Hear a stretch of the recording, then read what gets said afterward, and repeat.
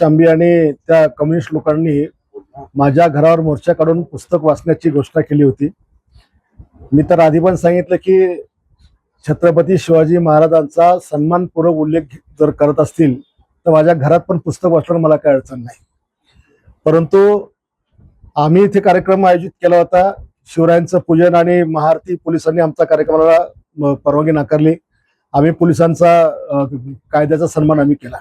आम्ही आमचा कार्यक्रम रद्द केला. त्यांचा पण कार्यक्रम पोलिसांनी रद्द केला कायदा सुव्यवस्थेच्या नावाखाली. परंतु असं असताना पोलिसांनी परवानगी नाकारल्यानंतर सुद्धा तुम्ही महाराष्ट्रातल्या तमाम शिवभक्तांच्या जखमेवर मीठ चोळाय करता.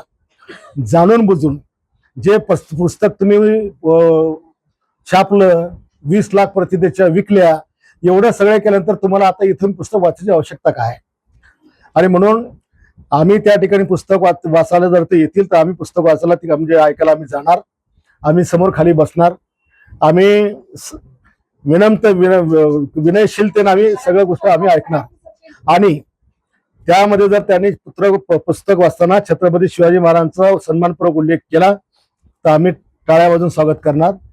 पण जर का एकेरी भाषेत आमच्या सगळ्यांच्या जखमेवर मीठ चोळायचा प्रयत्न महाराष्ट्रातल्या तमाम शिवभक्तांच्या जर केला, मग मात्र त्या ठिकाणी जर शिवभक्तांच्या भावना अनावर झाल्या तर याची जबाबदारी सगळी त्या आयोजकाची किंवा त्या पुस्तक वाचणाऱ्याची नाही.